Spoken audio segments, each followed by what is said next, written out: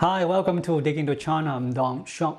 Today, I'd like to introduce an article by Wu Guoguang, a prominent Chinese political scientist and a public intellectual. Currently residing in Canada, Mr. Wu is a professor of political science at the University of Victoria.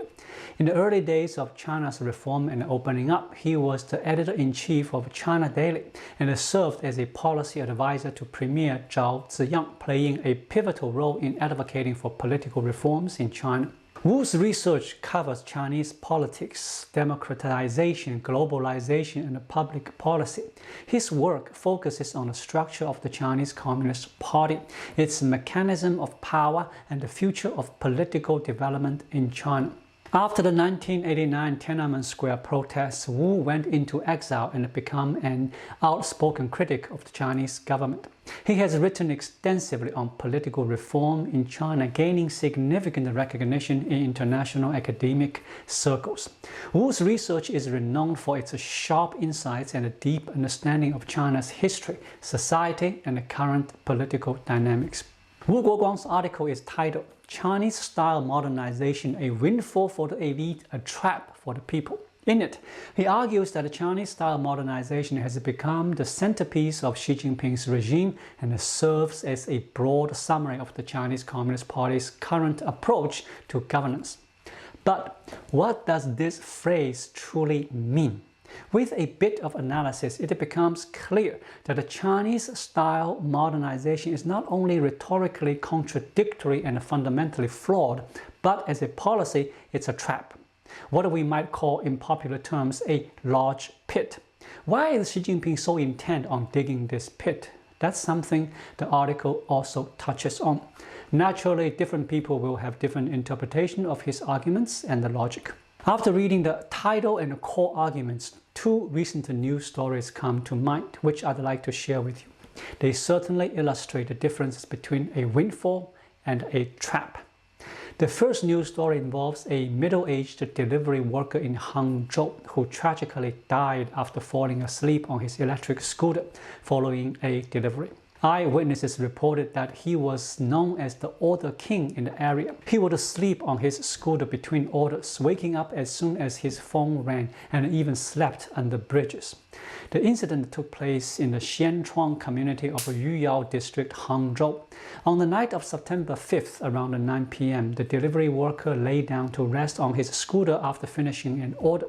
By 1 a.m. on September 6, a fellow delivery worker noticed he had been asleep for an unusually long time. When attempts to wake him failed, they alerted the property management, who then contacted the police and emergency services. Witnesses described him as a hard-working, heavy-load delivery worker appearing to be about 50 years old.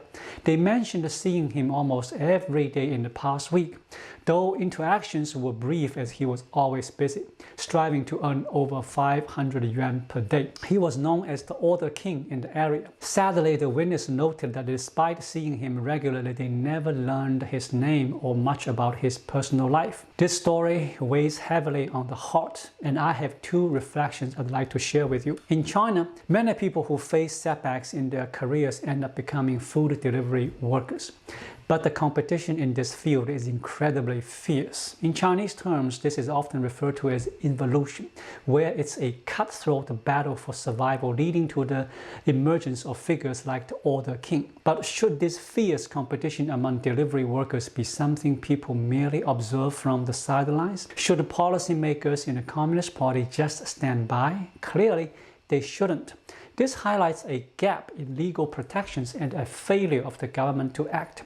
There is inadequate protection for workers' rights, safety, and health, and that the government cannot simply remain passive. In Western countries, long-haul truck drivers are subject to regulations to prevent fatigue. Drivers in Europe and the US must install monitoring systems to ensure they don't drive continuously or work excessive hours in a day. They are required to take breaks, which ensures both their own safety and the safety of others. Yet in China, delivery workers endure grueling conditions, and stories like these have become commonplace in the news, happening with alarming regularity. But what's most striking is the lack of government intervention, or at the best, a sense of indifference towards the issue. After the death of the older king, will there be improved policies for delivery workers to reduce involution and enhance their working conditions? Unfortunately, no. Instead, his death has led to even greater pressure and more intense competition for delivery workers. This is where public opinion in China is baffled. What lesson did the delivery companies take from his death? Rather than advocating for workers to slow down, prioritize their health, or implement mandatory rest breaks, they have decided not to hire workers over the age of 45. What does this indicate? It appears that the lessons these companies learned is that the sudden death of delivery workers are due to their physical condition. If they were younger, it wouldn't have happened. So the relentless competition will continue and the demands will remain high. But they'll simply avoid hiring older workers in the future.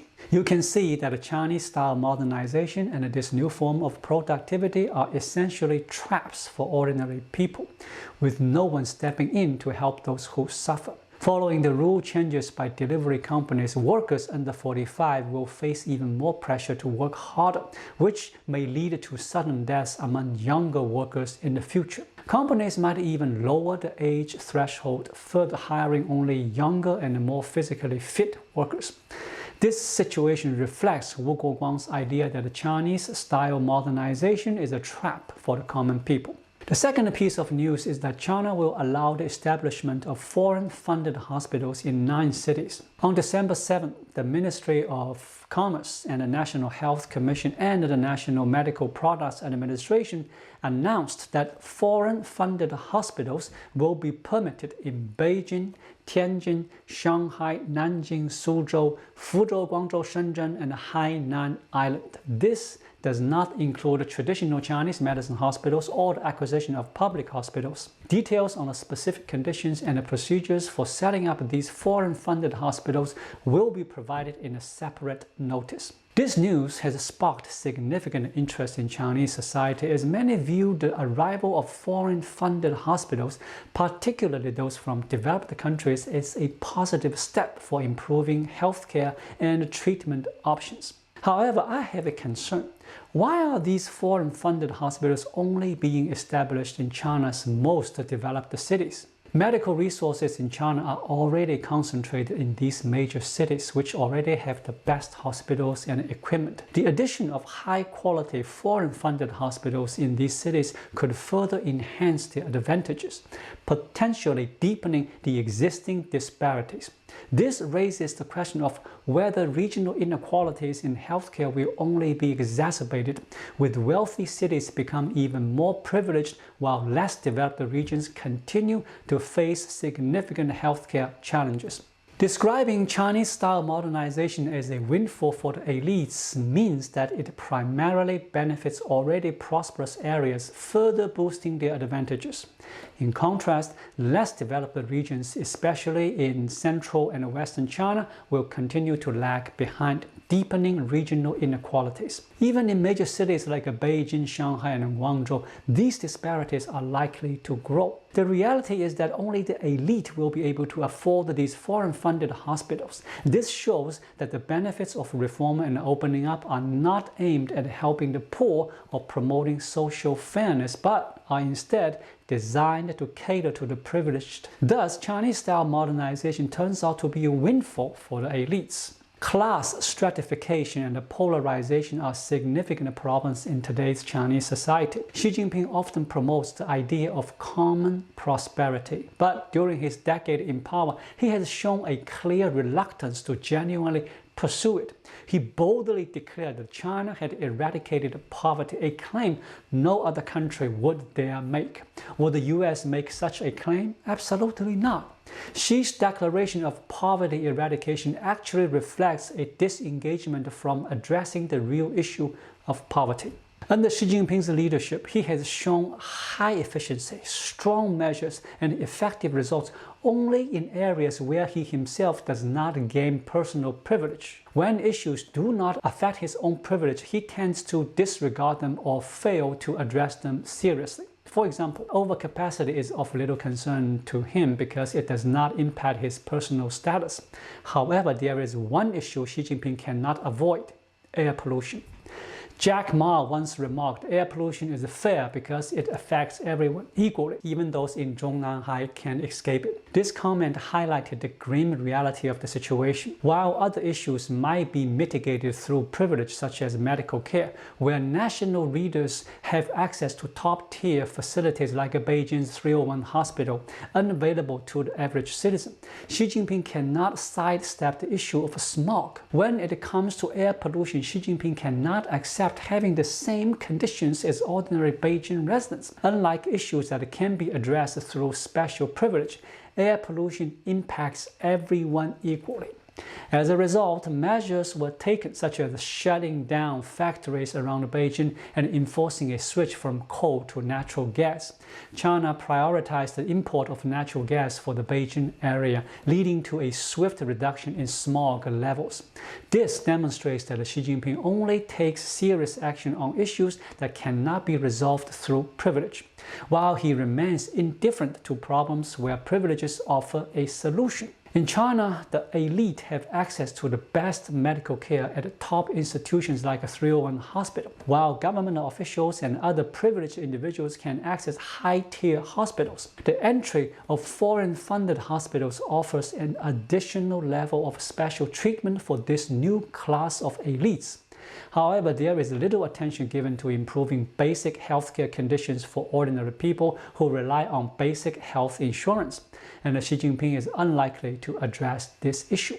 If healthcare were as universally impacting as air pollution, you can be sure that Xi Jinping would take immediate action to resolve it. This situation illustrates that a Chinese-style modernization is a form of modernization that benefits only the CCP's authoritarian elite. It means that while the CCP privileged class enjoys the advantages, ordinary people are left facing the pitfalls. The focus of CCP policies is to enhance the status of these elites, leading to greater prosperity for them while deepening poverty for the general public. Thus, Professor Wu Guoguang's article is indeed important and worth following. Thank you so much for watching. If you found this video helpful, please like it, drop a comment below, and hit the subscribe button right here. It really helps YouTube suggest my video to others. I'll be back with more content soon. Until then, stay well.